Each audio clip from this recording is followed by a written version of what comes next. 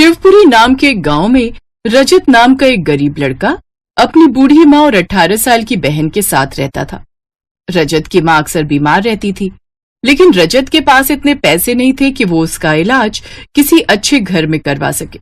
रजत दिन भर लाला के खेतों में मेहनत मजदूरी करता, फिर रात को थका हारा आकर गांव में चौकीदारी का काम करता, जिसके बदले उसे महीने के 500,000 रुपए मिल जाते। सारा दिन लाला के खेतों में मेहनत मजदूरी करता, फिर रात को थका हारा आकर गांव में चौकीदारी। एक रोज, माँ, मैं भोलेनाथ को जल चढ़ाने जा रहा हूँ, जल्दी ही लौट आऊंगा, तब तक तुम ये खाना खा लेना। बेटा, तू दिन रात कितनी मेहनत करता है, लेकिन फिर भी ना जाने क्यों तुझे ऊपर वाला अच्छी बरकत नहीं देता। माँ, तो चिंता मत कर, ऊपर वाले के घर देर है अंधेर नहीं, वो एक दिन जरूर हमारे दुख दूर करेगा। माँ, भैया बिल्कुल ठीक कह रहे हैं। भैया अब आप जाओ और महादेव को जल चढ़ा कर आओ, मैं तब तक माँ को खाना खिला दूंगी। शाबाश मेरी छुटकी, तेरे रहते मुझे किसी बात की चिंता नहीं। रजत खेत पर जाने से पहले महादेव को जल चढ़ाने शिव जी के मंदिर चला गया। वहां उनकी पूजा पाठ करके जल चढ़ाकर वो वापस घर आया, फिर खाना खाकर खेतों में चला गया और शाम को खेतों से लौटा। फिर खाना खाकर कुछ देर आराम करके वो रात को चौकीदारी पर चला गया। लेकिन पूरे गांव में वो इकलौता ऐसा इंसान था जो सुबह तो मंदिर जाता ही था, साथ ही रात को भी मंदिर जाता था। एक शाम, रजत, इस पूरे गांव में तुम ही एक ऐसे इंसान हो जो रात को भी मंदिर आते हो। क्या करूं पंडित जी, जब तक भोलेनाथ के दर्शन ना कर लूं चैन ही नहीं आता। और दिन में तो मुझे भरोसा है, मेरे महादेव हैं गांव वालों की रक्षा के लिए, लेकिन रात में वो जब सो जाते हैं तब मैं गांव वालों की रक्षा के लिए निकलता हूं। तुझे इतना भरोसा है शिव जी पर? जी पंडित जी, मेरा विश्वास अटूट है। ऐसे ही समय बीतता है। एक रोज एक सेठ जी उस मंदिर में आए और उन्होंने पंडित से कहा, पंडित जी, मेरी कोई औलाद नहीं है। हमारी शादी को 15 साल हो गए, लेकिन हमें आज तक कोई औलाद नहीं हुई। मुझे किसी ने बताया था कि मंदिर में जाकर पंडित जी द्वारा पूजा करना, इससे मेरी पत्नी की सूनी गोद भर जाएगी। जी अवश्य, आप दोनों निश्चिंत रहिए और यहाँ बैठ जाइए, मैं अभी पूजा आरंभ कर रहा हूँ। पंडित जी ने शिव जी की पूजा और साथ में हवन उन दोनों के हाथों करवा दिया। पूजा करने के बाद भगवान का आशीर्वाद लेकर जब वो वहाँ से जाने लगे तो पंडित जी ने उनसे कहा, महादेव तुम दोनों की कामना अवश्य पूरी करेंगे, लेकिन हाँ, जैसे ही तुम्हें संतान प्राप्ति हो जाएगी तो एक बार उसे लेकर भोलेनाथ के दर्शन करने जरूर आना। जी पंडित जी। ऐसे ही 1 साल बीत जाता है और वो सेठ अपने बेटे को लेकर अपनी पत्नी के साथ उस मंदिर में आता है। पंडित जी, महादेव ने मेरी पुकार सुन ली, उन्होंने हमें संतान सुख की प्राप्ति दे दी। अरे वाह, ये तो बहुत ही खुशी की बात है। जी पंडित जी, और इसी खुशी में ये कपड़े और मिठाइयां आपके लिए, और ये सब फूल माला धूप बत्ती चंदन फल मेरी तरफ से महादेव के लिए। बहुत बहुत शुक्रिया। इसके बाद सेठ ने पंडित जी से कहा, पंडित जी, मैं इस शिवलिंग की जगह सोने का शिवलिंग इस मंदिर में स्थापित करना चाहता हूँ। ये आप क्या कह रहे हो सेठ जी, सोने का शिवलिंग? देखिए, ये शिवलिंग बहुत पुराना है और हम इसे हटा नहीं सकते, और अगर आपने सोने का शिवलिंग स्थापित कर दिया तो इस खबर के फैलते ही शिवलिंग के चोरी होने का खतरा बढ़ जाएगा। मैं कुछ नहीं जानता सेठ जी, मैंने फैसला ले लिया है, अब आप ही कोई उपाय बताइए। अच्छा ठीक है, मैं आपको सोचकर बताऊंगा। उस वक्त सेठ जी वहाँ से चले जाते हैं। शाम को पंडित जी रजत से इस बारे में बात करते हैं।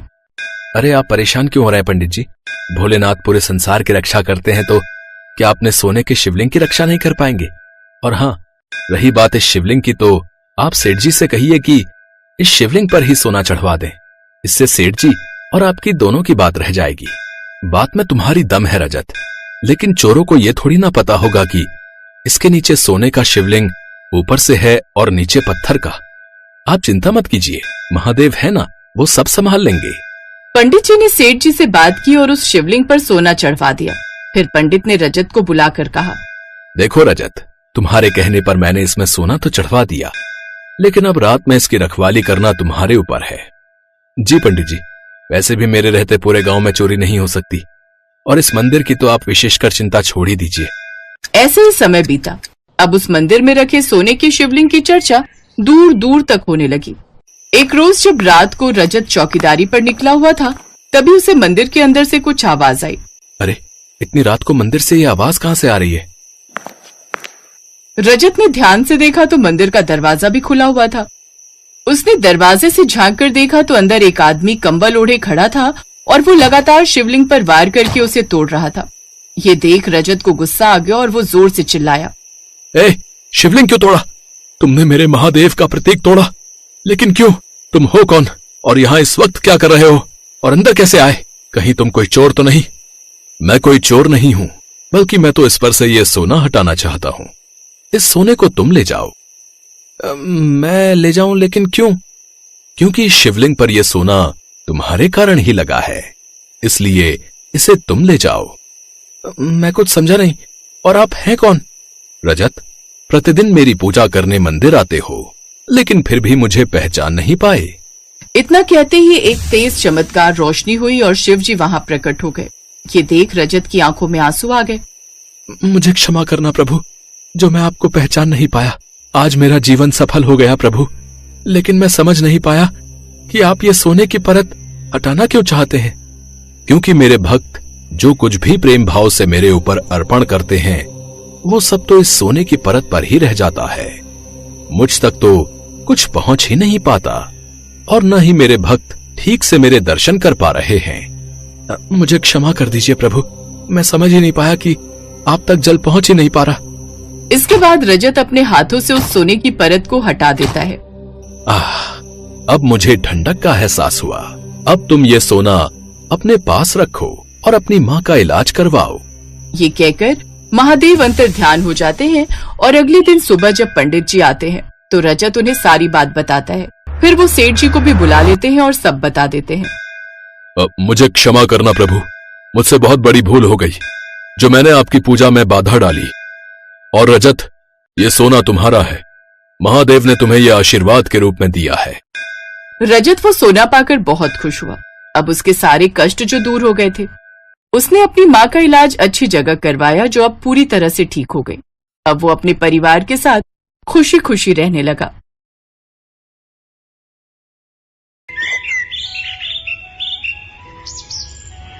भस्मासुर नामक राक्षस दुनिया का सबसे ताकतवर असुर बनना चाहता था। एक बार जब भस्मासुर की भेंट नारद मुनि से हुई, तब उसने नारद मुनि से पूछा, देवर्षि नारद, मैं पृथ्वी का सबसे शक्तिशाली प्राणी बनकर सभी पर शासन करना चाहता हूँ। आप बताइए, इसके लिए मैं किस देवता को प्रसन्न करूं कि मुझे इच्छित वर की प्राप्ति हो? नारायण नारायण, इच्छित वरदान की प्राप्ति के लिए तो भगवान भोलेनाथ की कड़ी तपस्या करनी होगी। भगवान शिव को प्रसन्न करना बेहद आसान है। अगर कोई सच्चे मन और श्रद्धा के साथ उन्हें याद करता है तो वो बड़ी आसानी से उसे अपना बना लेते हैं और उसकी हर इच्छा को पूरा करते हैं। इसलिए भस्मासुर, तुम उनकी तपस्या करो तो अवश्य ही इच्छित वरदान प्राप्त कर सकते हो। अच्छा, यदि ऐसा है तो देवर्षि नारद, मैं भोलेनाथ को अवश्य प्रसन्न करूंगा। नारायण नारायण नारायण नारायण। नारद मुनि वहां से चले जाते हैं और भस्मासुर जंगल की ओर चला जाता है और जंगल में जाकर वो भगवान शिव से वरदान पाने की लालसा में कड़ी तपस्या करता है। ओम नमः शिवाय, ओम नमः शिवाय, ओम नमः शिवाय, ओम नमः शिवाय, ओम नमः शिवाय, ओम नमः शिवाय। भस्मासुर को तपस्या करते कई वर्ष बीत गए। कठिन तपस्या के लिए किए जा रहे मंत्र उच्चारण की ध्वनि कैलाश पर्वत पर विराजमान भगवान शिव के कानों तक पहुंची और वे तपस्या में लीन भस्मासुर के पास पहुंचे। आंखें खोलो भस्मासुर। भस्मासुर का प्रणाम स्वीकार कीजिए महादेव, मेरी तपस्या से आप प्रसन्न हो ही गए। भस्मासुर, तुम्हारी कठिन तपस्या को देखकर तो मुझे प्रसन्न होना ही था। मांगो, तुम्हें क्या चाहिए? भस्मासुर ये जान गया था कि महादेव उसकी तपस्या से बहुत प्रसन्न हुए हैं। वो सोचने लगा कि वो किसी भी वरदान का हकदार है। भोलेनाथ, मुझे अमरता का वरदान चाहिए, अर्थात मैं हमेशा इस संसार में जीवित रहूं, मृत्यु भी मेरा कुछ ना बिगाड़ सके। भस्मासुर, ये वरदान मैं तुम्हें नहीं दे सकता, क्योंकि ये पूरी तरह से प्रकृति के नियम के खिलाफ है। जिसने भी इस संसार में जन्म लिया है, एक ना एक दिन उसकी मृत्यु निश्चित ही है। यदि आप मुझे अमरता का वरदान नहीं दे सकते तो मुझे ये वरदान दीजिए महादेव कि मैं जिस किसी के सिर पर अपना हाथ रखूं वो भस्म हो जाए। ठीक है भस्मासुर, मैं तुम्हें ये वरदान देता हूं कि तुम जिस किसी के भी सर पर हाथ रखोगे वो भस्म हो जाएगा। भगवान शिव ने भस्मासुर को जो वरदान दिया वो उनके लिए स्वयं आफत बन गया। भोलेनाथ, आप कितने भोले हो। आपने ये वरदान देकर मुझे संसार में सबसे शक्तिशाली बना दिया। अब मैं किसी को भी भस्म कर सकता हूं। क्यों ना सबसे पहले मैं आपको ही अपना शिकार बनाऊं। आपको भस्म करके मैं कैलाश पर राज्य करूंगा। भस्मासुर, रुको, लगता है वरदान मिलने से तुम्हें अहंकार हो गया है, इसलिए तुम्हारी बुद्धि फिर गई है। शिव जी अपने द्वारा दिए गए वरदान को वापस नहीं ले सकते थे। उन्होंने वहाँ से भागने में ही अपनी भलाई समझी, क्योंकि भस्मासुर तो मंद बुद्धि था। वो उस समय पागलों की अवस्था में कुछ भी अनहोनी कर सकता था। अब भगवान शिव पूरी तरह से फंस चुके थे। रुकिए महादेव, मुझे इस वरदान को सिद्ध तो करने दीजिए। रुकिए महादेव, रुकिए। अब मैं क्या करूं? भगवान शिव इसी असमंजस में थे कि वो इस समय किस तरह भस्मासुर से छुटकारा पा सकते हैं। तभी उन्हें भगवान विष्णु का ध्यान आया। वे भगवान विष्णु का स्मरण करने लगे। हे विष्णुदेव, मेरी रक्षा कीजिए, इस भस्मासुर से मुझे बचाइए, मैं संकट में हूँ। चिंता मत कीजिए महादेव, आपको कुछ नहीं होगा। आप इसी गुफा में रहिएगा, मैं भस्मासुर को आप तक नहीं पहुँचने दूंगा। भगवान शिव को आश्वासन देकर भगवान विष्णु भस्मासुर का रास्ता रोकने चले गए। भस्मासुर शिव जी को ढूंढ रहा था कि उसकी नजर एक बेहद खूबसूरत स्त्री पर पड़ी, जिसे देखकर भस्मासुर अपनी सुध-बुध खो बैठा। वो ये भी भूल गया कि वो शिव जी की तलाश में था। स्त्री, वो भी वन में अकेली, कितनी आकर्षक सुंदरी है ये। इससे पहले इतनी आकर्षक सुंदरी मैंने कभी नहीं देखी। सुनो, तुम्हारा नाम क्या है सुंदरी? मेरा नाम मोहिनी है। तुम्हारी सुंदरता को देखकर मैं मोहित हो गया हूँ। मोहिनी, अति सुंदर नाम। तुम इस घने वन में अकेली क्या कर रही हो? मैं वन के निकट अपने माता पिता के साथ रहती हूँ और यहाँ वन में पूजा के लिए फूल चुनने आई थी। मोहिनी, मेरा नाम भस्मासुर है। मैं सर्वशक्तिशाली हूँ। मैं तुम्हें अपनी रानी बनाना चाहता हूँ। क्या तुम मुझसे विवाह करोगी? भस्मासुर की बात सुनकर मोहिनी हंस पड़ी। उसने भस्मासुर से कहा, महाराज, मैं एक नृत्यांगना हूँ और सदैव से ही अपने विवाह हेतु ऐसे पुरुष की कामना करती थी जो स्वयं बेहतरीन नृत्य जानता हो। क्या आप नृत्य के बारे में जानते हैं? भस्मासुर ने अपने जीवन में कभी भी नृत्य नहीं किया था, लेकिन वो मोहिनी के कहने पर नृत्य करने के लिए भी तैयार हो गया। सुंदरी, मैं नृत्य करना जानता तो नहीं, पर अगर तुम नृत्य सिखाओगी तो मैं अवश्य कर लूंगा। आपकी प्रेम भरी बातें सुनकर अब तो मेरा भी मन आपसे विवाह करने के लिए विचलित हो रहा है। चलिए, मैं आपको नृत्य सिखाती हूँ। जैसे जैसे मैं नृत्य करूँगी वैसे वैसे आप करते जाना। ठीक है सुंदरी, तुम नृत्य प्रारंभ करो, मैं तुम्हारे साथ साथ करूँगा। मोहिनी नृत्य प्रारंभ करती है। भस्मासुर मोहिनी के कहे अनुसार उसकी तरह नाचने की कोशिश करने लगता है। मोहिनी अपना हाथ जब कमर पर रखती तो भस्मासुर भी अपना हाथ कमर पर रख लेता। मोहिनी अपने हाथों से मुद्राएं बनाती तो भस्मासुर भी हस्त मुद्राएं बनाने की कोशिश करता। कुछ देर तक मोहिनी और भस्मासुर का नृत्य चलता रहा। भस्मासुर नृत्य अभ्यास में पूरा डूब चुका था। नाचते नाचते मोहिनी ने अपने सिर पर हाथ रखा और उसकी देखा देखी भस्मासुर ने भी वही किया। भस्मासुर ये भूल गया कि स्वयं अपने सिर पर हाथ रखने से वो भी भस्म हो सकता है। स्त्री के प्रेम में आकर वो शिव का वरदान भूल गया, जो उसके लिए श्राप साबित हुआ। भस्मासुर का संहार करने के लिए स्वयं भगवान विष्णु ने मोहिनी अवतार धारण किया था। भगवान विष्णु फिर से अपने रूप में आ जाते हैं। भगवान शिव उनके समक्ष आते हैं। बचाओ, बचाओ! भस्मासुर, तुमने मेरे द्वारा दिए वरदान का दुरुपयोग किया, इसी कारण तुम्हारी ये दशा हुई।